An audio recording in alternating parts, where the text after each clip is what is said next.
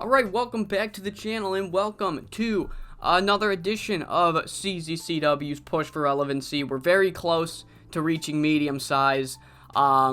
This is gonna be episode number 15, I think. I'm not sure. I'm really bad with numbers. But we are finishing the build to Surf Slam in this edition, having episode coast to coast, episodes number 21 and 22.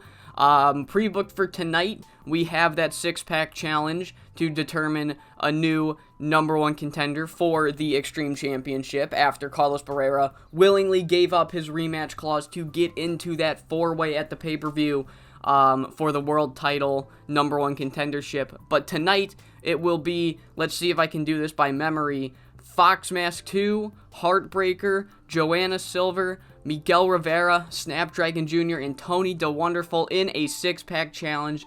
I did that all by memory, I swear to God. I don't have anything pulled up other than the screen you're looking at right now. Yeah, I'm very proud of myself. You have no idea. But yeah, no, on Coast to Coast 21, we're gonna pre-book most of the rest of the pay-per-view matches. I think there's only one that gets pushed to Coast to Coast 22. I think all but one match gets pre-booked tonight, so we'll pretty much know what the card is for Coast to Coast or for Surf Slam at the end of this episode. But yeah, other than that, let's get right into the first episode of 2 of Coast to Coast in this video.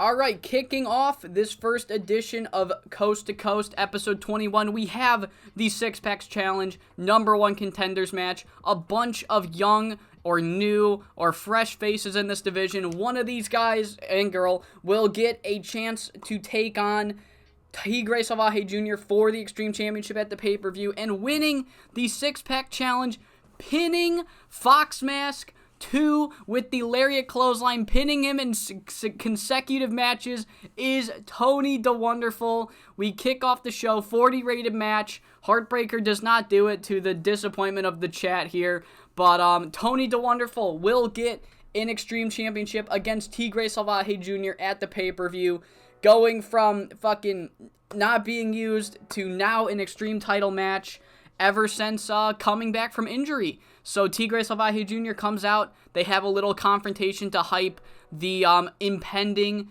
Extreme Championship title match. This will open the pay-per-view.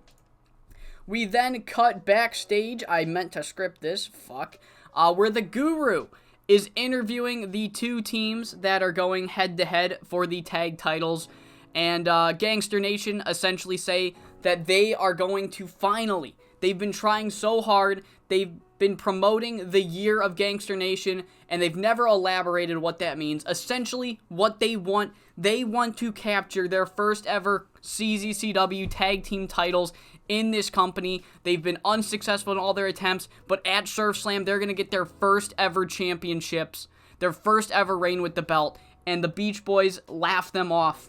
They're like, look, we respect you two, but there's a fine line between champions and the undercard, and they will never get these world titles. They will never get these tag titles.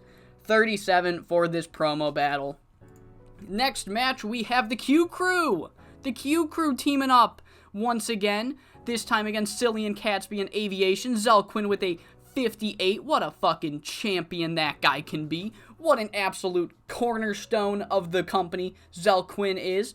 And this one goes 8:39 after Zell Quinn submits Altitude with the magic trick. When, during their celebration on the ramp, we see one-armed Johnny Perez and the Q Crew tell him, bring it on, do your worst. And then right behind him come the California Dreams. And Johnny Perez has acquired the help of the California Dreams, as we remember on the last show, the Q Crew laid out the Dreams as they blamed them for losing the number one contenders match. The Q Crew are clearly shaken up by this, but they still count. They're like, wait a minute, Johnny Perez has one arm. This is still pretty much a 3-on-2. And then Johnny Perez lifts up his broken arm. It's got the tape all over it, and he slowly undoes all the tape. and he shakes it around, and Johnny Perez's arm, it's all good. He's 100%, and the three faces rush the ring. The Q Crew run far, far away, and escape. However, the angle is not done because Johnny Perez grabs a microphone and he says, Q Crew, Zell, you guys can run all you want, but I'm getting my fucking revenge for you breaking my arm. Because at the pay-per-view, it's going to be a 3v3 approved by Sean McFly. It's going to be me and the California Dreams versus the Q Crew. And if I win, if my team wins on the following episode of Coast to Coast, I will get you one-on-one in a cage match. You won't have your boys to bail you out. It's going to be me versus you, locked in a cage, mano-y-mano. So you better prep and get ready, Zell, because it's coming crashing down at the pay-per-view. And he spikes the microphone, pissing off everybody in production. But we got a 3v3 set for the pay-per-view. Johnny Perez and the California Dreams versus the Q Crew. Q Crew. We then cut backstage where American Flash finds Frankie Perez and kind of echoes what Johnny Perez was telling his brother last week. And if you guys don't remember what that was, simply American Flash says, Frankie, honestly, I'm kind of fucking mad with you. I can't believe you would team up with guys like Fox Mask and Mask Cougar. They've lost their fucking minds. They've tormented me. They're going to torment you. They're using you, all right?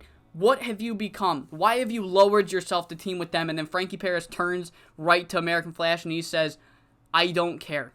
Truthfully, I don't fucking care. Alright? You sound just like my brother. I do what I have to. Okay? I did that to get put in the four-way. Now I'm in the four-way.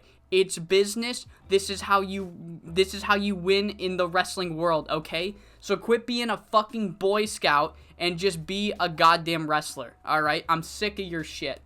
And he shoos him off. And American Flash is not happy that Frankie Perez would be teaming with guys that have been so fucking abusive to him.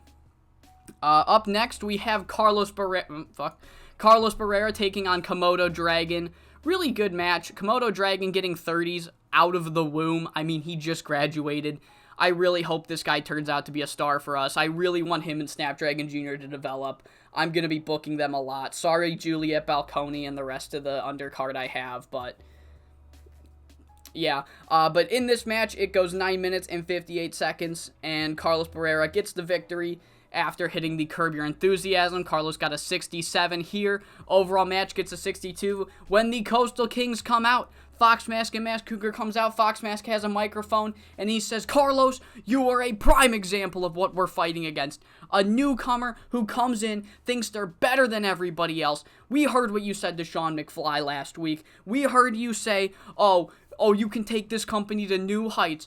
You just need the opportunity. Shut up. Nobody took this company to newer heights than me. I was the biggest name in this company. Mask Cougar was the biggest name in this company, and you are trying to get yourself in that position to erase us from history. Well, we're going to embarrass you at the pay-per-view. You are done for. And Carlos Barrera grabs his own microphone, and he essentially looks right at Mask Cougar, and he says, if you guys got a fucking problem with me, do something about it. And Mask Cougar is furious. He's about to storm the ring, but Fox Mask holds him back, and he says, yeah, we'll do something about it next week. Next week, you want us? We'll face you one-on-one next week. Carlos Barrera versus Masked Cougar next week on the Go Home Show. Boom, pre-book. And yeah, there we go. We cut backstage where Seth Whitehead is cutting a promo, and he's calling Sean McFly an idiot. He's calling CZCW management an idiot. He says he gets one opportunity, he gets one chance at the world title, and then it's curtains for him. That's bullshit. And then from out of screen, Hugh Day-Ask walks in and he says, I'm fucking sick of it, Seth. Alright, you got the world handed to you when you came here from TCW. I had to earn every opportunity I had. And now we're in the same position because the world is seeing you how the rest of us are seeing you, as just another guy in the locker room. Alright, you had your chance. How do you think I feel? I had one chance to prove myself with the Extreme Championship, and now I'm in the same position. But I keep fighting. I keep going. I'm now teaming with my girlfriend, doing better work than you will ever do. I'm tired of your bullshit. If you want a fucking chance and I want a fucking chance, then let's do this in the main event. And Seth Whitehead says, oh, you fucked up, Hugh. You've messed up big time. I'm going to mop the floor with you, just like I did the California Love Machine last week. 50 raid segment, we have our main event. Feud Ask versus Seth Whitehead will be our main event tonight. But our semi-main, we see Air Raid Siren and Juliet Balconi take on this new team here in the CZCW Tag Team Division, the team of El Jaguar and Luis Montero Jr. This goes 9 minutes and 34 seconds when Luis picks up the victory, submitting Air Raid Siren. But they are quickly laid out by ICX, the Inner City Express. The Inner City Express lay them out, and they say that this is bullshit, that they've been here for years, and new teams are coming in. First, it was the Promiscuous Pillagers. Now it's El Jaguar and Luis Montero Jr. We don't care if you're an established star or a brand new team to CZCW. It's horse shit that these new teams are showing up and getting more opportunities than us. So, if you guys really think you're a force in the tag team division, then beat us at the pay-per-view. We want a match. We want to prove that we're better than Gangster Nation. We lost to them at the pay-per-view and we've been fucking shadow banned. No, no, no. You want a chance to prove yourself. We want a chance to expose you. 2 versus 2, us versus you at the pay-per-view. We cut backstage where we see American Flash, and he says, look, if Frankie Perez wants to go around teaming with whoever he wants, questionable people with questionable motives, fine, he can do that. He can do just that. But I can do the same thing. And out walks Zell Quinn with American Flash. And American Flash says, look, if he wants to undermine his values and undermine the people he's worked with for years, he can do that. But I'm going to do the same damn thing. So you and Johnny Perez meet me and Zell Quinn in the ring next week. And Zell says, look, Johnny, you can try all you want to get that cage match, but you're not even going to be able to make it to the pay-per-view after we embarrass you next week. So, a fun tag match also set for next week, as we're going to have the SoCal Savages versus Zell Quinn and American Flash. So, Johnny and Frankie. Boom. And now it's time for our main event. Seth Whitehead and Feud Ask. I lied. I lied. We have a COTT press conference first. We did this last time. There was a COTT world title match. This time, like I said, it's an out-of-broadcast thing. They're at a COTT press conference. They're both at a table. They start bickering back and forth. Aldous Blackfrair says the same thing. Like, Frankie-Boy says he studied me, but you don't truly know how good I am until you lose to me. And Frankie-Boy says, oh, just like how Frantic Ali lost to you? Where's your title? I got both of my titles here, but, you seem to have lost your IPW world title. How you gonna fucking beat me when you couldn't even beat Frantic Ali? And, yeah, that's for shoot. This, champion versus champion match I've been building. Aldous Blackfrair fucking loses his belt in the build. So that's nice, but, it gave nothing but ammunition to Frankie-Boy Fernandez during this press conference. And now it is time for the main event. Seth Whitehead versus Feud Ask. It gets a decent rating. Couldn't do that well because the match ends after 19 minutes and 40 seconds when Heartbreaker runs in, takes out the man that's dating the woman of his dreams this week, as Seth Whitehead locks in the Minnesota stretch after Heartbreaker runs in, gets the victory. 62 rated main event. And Seth Whitehead is celebrating when he is jumped from behind by California Love Machine, the man that he screwed over last week. California Love Machine's about to hit his finisher. Seth Whitehead breaks off, retreats. California Love Machine, he grabs a microphone and he says, no, Seth. You are dealing with someone you are not qualified to deal with. You think you can take your anger out on me and get away with it? That's not how I operate. That's not how Going Coastal operates. You fucked with the wrong dudes. At the pay-per-view, Seth Whitehead, you're gonna pay, as I'm gonna take you on, and I'm gonna take you to the fucking Coastal Zone limit. And, yeah, spikes the microphone, whatever. I don't know. California Love Machine versus Seth Whitehead will be happening at the pay-per-view. 62 rated show, and that concludes the first edition of Coast to Coast on this episode. Alright, we open this edition of Coast to Coast with a bit of a unique angle.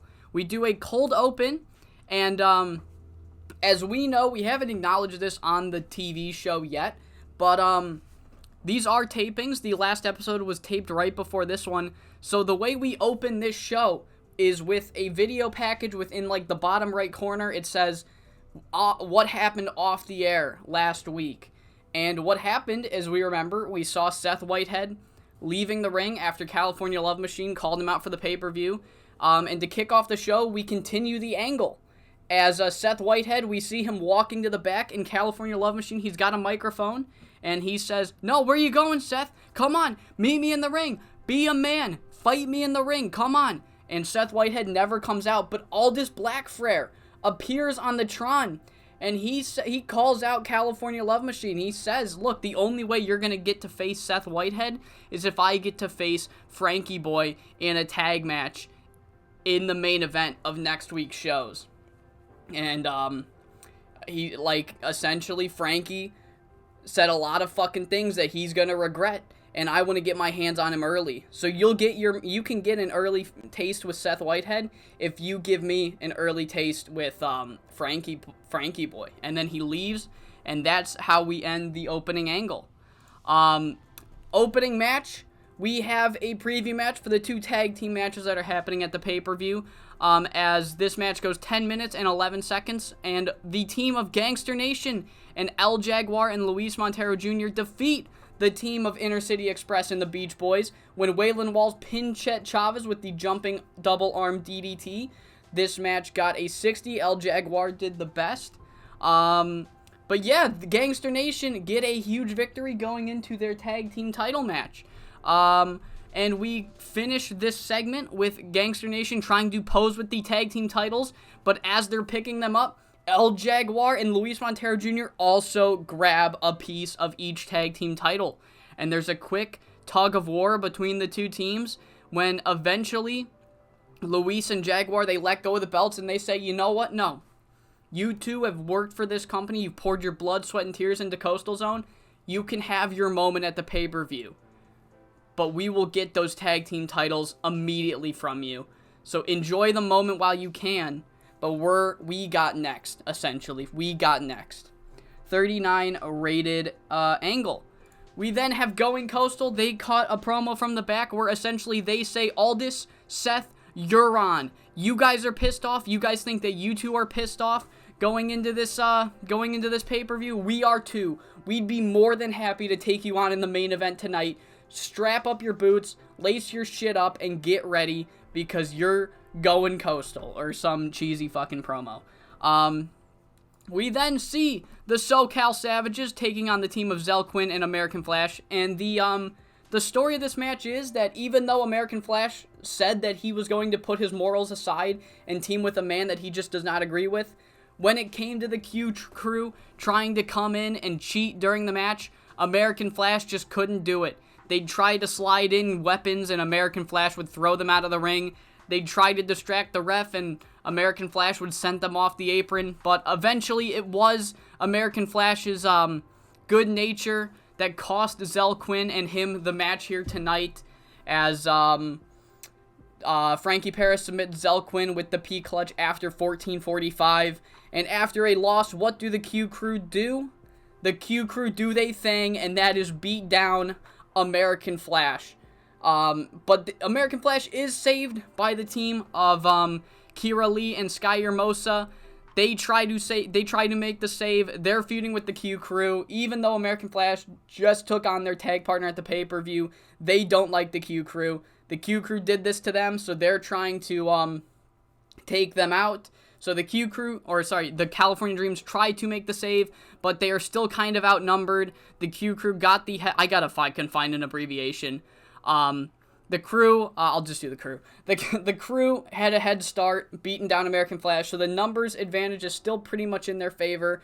And eventually, the SoCal Savages, they were watching this unfold from the ramp, but eventually Johnny Perez, the babyface he is, does go in, run in to make the save, even though he just faced American Flash. He makes the save, fends off the Q crew, and helps American Flash up. American Flash shakes his hand, gives him a hug, like a little apology, I guess, for teaming with Zell Quinn. But Frankie Perez, noticeably absent from this, watching the entire thing unfold from the ramp, refusing to help out American Flash as he walks to the back, and that's how this angle ends. We then cut backstage. These promos are doing fucking horrible, but it is Coastal Zone. This is what we're used to at this point. Heartbreaker, he cuts a promo. He says, "Look, Hugh, I only did what I had to, alright? I don't know why. I don't know why she didn't see it in me. She said I was giving ick. I had little dick energy. That's fine. Okay, she doesn't know me well. Maybe that's her first impression. I don't blame her for thinking that because I'm so ugly and gross, but at the pay-per-view, I took you out against Seth Whitehead because at the pay-per-view, I need to make an example out of you. I need to show her that I don't have little dick energy. In fact, I give masculine. I give big and strong. I don't give ick, all right? So at the pay-per-view, I'm going to beat you, and I'm going to win her over by looking so macho and manly that she'll have no choice but to fall in love with me." So yeah, that's the final match pre-booked for the pay-per-view. Heartbreaker versus Hugh, they ask. Winner gets Joanna Silver's heart, apparently. But yeah, we then go to the ring where it is time for Carlos Barrera and Masked Cougar, and it's a fucking close match. It goes about 20 minutes, and very even the entire time. But in the end, we have another ref bump, and this time it's way more obvious than when the ref went down in the American Flash match. When the ref went down, it looked like an accident, but this time it doesn't look like an accident. It looks like an intentional thing done by Masked Cougar, as Fox Mask then gets into the ring with a chair, looking to cheat to win, just like they did against American Flash. But American Flash runs in to make the save, takes out Fox Mask, prevents them from cheating. The ref gets up. Carlos Barrera hits the Curb Your Enthusiasm to get the victory, beating Masked Cougar here. 1, 2, 3. Carlos Barrera with a huge victory, going into the 4-way #1 contenders match at the pay-per-view. He was the dark horse going into this match. Now it doesn't look like it so much. Carlos has proven that he can hold his own against main event talent.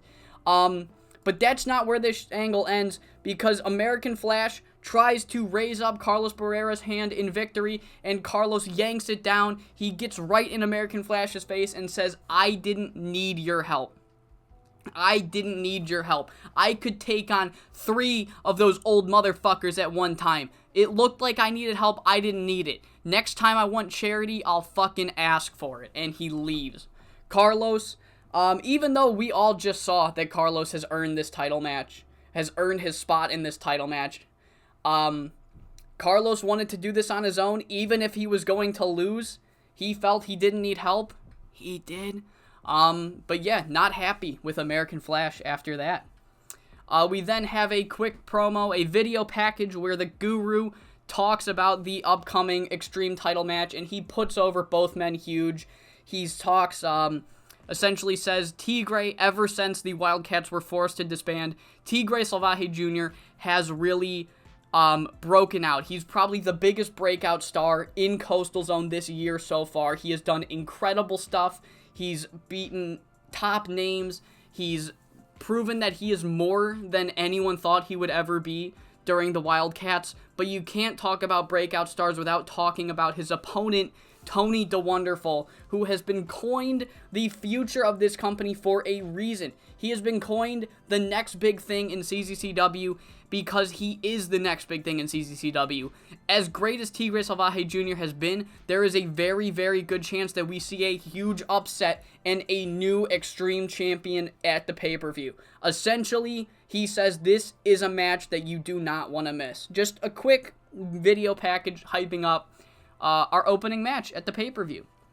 And then it's time for our main event, going Coastal versus Blackfrair and Seth Whitehead. Oh my god, this did horrible. This got a 55. Holy shit. That's crazy. Why did that happen? Wow. 55. California forgot the script. Damn. Segment rating was penal. Alright. Damn, that's crazy. Alright, this match got a 55. Frankie-Boy was really off his game. Blackfrair's got a gimmick that's getting stale. Yeah, didn't go how I wanted it to rating-wise, but, storyline-wise, after 20 minutes and 15 seconds, California Love Machine got a quick roll-up on Seth Whitehead, giving Seth Whitehead his second ever loss in CZCW since his debut. His first one coming to Frankie, now his second one coming to the team of Going Coastal at the hands of California Love Machine, getting the roll-up pinfall. Yeah, Seth Whitehead has now suffered his second loss, and the final shot that we get going into the pay-per-view is Seth Whitehead looking fucking pissed off, as Going Coastal celebrate with the fans. Before we finish the show, I don't want this shit to... I don't think we need gimmicks, right? We don't need gimmicks. Yeah, Amy St. James doesn't have a gimmick, so let's undo... Let's just drop Aldous' gimmick since he's only got... Did I... Oh my fucking Aldous, you bitch, dude. What about Tweak? Fucking... These assholes gave him creative control. I didn't know that you could do that. That's crazy. I did not know you could use creative control to fuck over my ratings, you asshole. Alright, well that's frustrating. That's really frustrating. So the pay-per-view match is probably going to get a decent penalty that it shouldn't, which is really upsetting. But, overall, the overall show got a 59 because Seth Whitehead was being a politicking prick, apparently. No, that main event bombed really badly, which is a huge shame. But, yeah, that's gonna do it for, these tapings. We made $52, though. $52. That's nice. We didn't gain any pop. Bit of a shame. It is what it is. Yeah. And that's gonna do it for this edition of The Push for Relevancy here, in CZCW. How close are we to relevancy? Let me check. We are at a 50 pop in the Southwest, so we've only got to gain 9 more popularity points before we reach medium, and then shit's gonna really get difficult. If I am worried about production values now, I am not looking forward to that. But yeah, that wraps up the build for Surf Slam 2022. I'll run down the card real quick. I'll go more in-depth on storyline recaps in the pay-per-view episode itself, but I'll just read the match card. Hopefully I have this in the right order. Kicking off the show, we will have for the Extreme Championship, Tony DeWonderful versus Tigre Salvaje Jr., then we will have the Q Crew, a trios match between the Q Crew, Zell Quinn, and Wasted Potential versus the team of Johnny Perez and the California Dreams, where if the babyfaces win, Johnny Perez will get his singles match in a cage against Zell Quinn on the following episode of Coast to Coast. Episode 23, I think is the number. Yeah, at Coast to Coast 23. He will get a cage match against Zell Quinn. Then we have the Inner City Express versus El Jaguar and Luis Montero Jr. Then it's Heartbreaker versus Hugh Day Ask. Then for the Tag Team Championships, the Gangster Nation versus the Beach Boys. Beach Boys are the champions going into that match.